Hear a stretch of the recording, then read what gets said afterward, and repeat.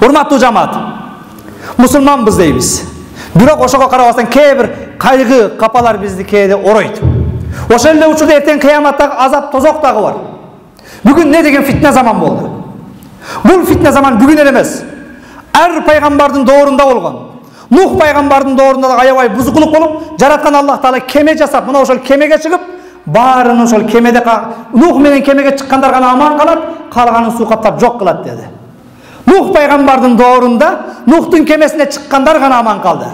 Бүгүнчү Нухтун кемеси жок, Мухаммадтын кемеси жок. Бүгүн эгер кайгы кападан, кыяматтагы азаптан, азап тозоктон кутулам десеңиз, бузукулуктан кутулам, ар кандай фитнадан кутулам десеңиз, бүгүн дин менен пайгамбардын сүннөтү бар.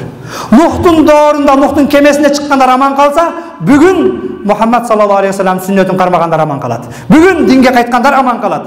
Жараткан Аллах Таала кереметтүү Кур'анда "Фафирру илаллах", Аллага кайткыла, Аллага чуркагыла.